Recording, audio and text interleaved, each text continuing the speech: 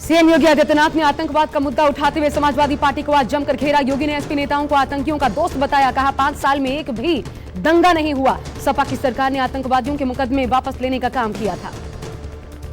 UP के पीलीभीत में सपा कांग्रेस पर अमित शाह जमकर गरजे। कहा एक और प्रियंका गांधी कहती हैं कि आतंकवाद फिजूल की बात है, तो दूसरी ओर सपा आतंकियों को छोड़ने का वादा करती है। शाह बोले, सपा कांग्रेस के ये लोग कहते हैं कि धारा 370 हटाई तो खून की नदियां बहेंगी।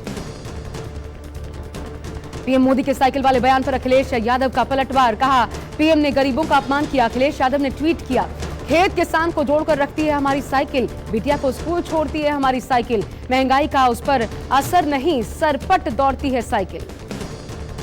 सपा कांग्रेस के आतंकियों से सहानुभूति की, प्रधानमंत्री के आरोपों पर भड़की प्रियंका गांधी। कहा पीएम ऐसी सब बातें करके सिर्फ चुनाव की वजह से ऐसी भाषा बोल रहे हैं। पीएम को अहम मुद्दों पर बात करनी चाहिए। तमाम सरकारी पद खाली होने के बावजूद आखिर यूपी में इतनी बेरोजगारी क्यों है? कांग्रेस हाईकमान सोनिया गांधी का सरकार पर जोरदार हमला बोला। उन्होंने मोदी योगी की सरकार को गैर जिम्मेदार ठहराया। कहा महंगाई ने आज आम आदमी की कमर तोड़ दी है। आज मजदूर वर्ग से लेकर युवा सब परेशान हैं। यूपी के विकास के लिए कांग्रेस ने 29 विधान तैयार किया है। बुंदेलखंड के बांदा में केंद्रीय मंत्री अनुराग ठाकुर ने अखिलेश यादव पर तंज कसा। कहा अखिलेश जी 7 चरणों के बाद भी 100 भी पार नहीं कर पाएंगे और 10 मार्च को उनका बयान होगा ईवीएम बेवफा है। केजरीवाल ने लखनऊ में आतंकवादी वाले बयान पर योगी सरकार को घेरते हुए कहा आतंकवादी 2 तरह के होते हैं, एक जनता को डराने वाले, दूसरे भ्रष्टाचारियों को। केजरीवाल भ्रष्टाचारियों को डराने वाला आतंकवादी है। अखिलेश पर आतंकवाद कनेक्शन के आरोप से शिवसेना नेता संजय राउत बीजेपी पर भड़क गए। संजय राउत ने कहा बीजेपी यूपी हार रही है और इसलिए हताश है और हाथ पांव मारने की आखिरी कोशिश कर रही है। बीजेपी जब हारने की कगार पर होती है तब विपक्ष को आतंकवाद से जोड़ देती है। हरदोई के संडीला में ओम प्रकाश राजभर बीजेपी सरकार पर जमकर बरसे। कहा 3 चरणों के चुनाव में बीजेपी की खटिया खड़ी हो चुकी है और इसलिए बीजेपी के घटिया बयान सामने आ रहे हैं। बीजेपी छोड़ सपा भी गए। स्वामी प्रसाद मौर्य का बीजेपी पर निशाना। कहा अखिलेश यादव, श्री कृष्ण और स्वामी प्रसाद मौर्य अर्जुन की भूमिका में योगी सरकार का सत्यानाश करने आए हैं। हर चरण में जनता ही योगी और बीजेपी की गर्मी बारी बारी से उतार देगी। राकेश टिकैत ने एक बार फिर से साधा बीजेपी पर निशाना। बीजेपी दोबारा सत्ता में आई तो दंगा मंत्री बनेगा और उसी से बीजेपी बयानबाजी करवाएगी। केजरीवाल पर कुमार विश्वास के बयान को लेकर राकेश टिकैत ने कहा कुमार विश्वास आंदोलनकारी तो हैं, लेकिन ऐसा लगते नहीं है। मणिपुर दौरे पर पहुंचे राहुल गांधी ने पीएम मोदी पर जमकर निशाना साधा। कहा पीएम ने 2014 से पहले रोजगार की खूब बात की, लेकिन अब पीएम रोजगार की बात बिल्कुल भी नहीं करते। आज देश में सबसे ज्यादा बेरोजगारी है।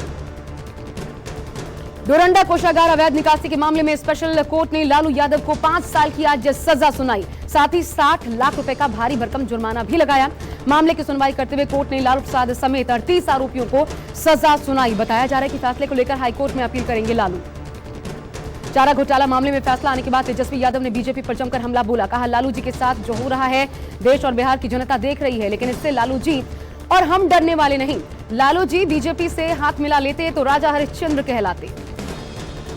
पीएम मोदी ने वेबिनार को संबोधित करते हुए शिक्षा, विकास, कौशल को लेकर युवाओं को जीत का मंत्र दिया। कहा आज की युवा पीढ़ी देश के भविष्य की कर्णधार है और भविष्य के राष्ट्र निर्माता भी।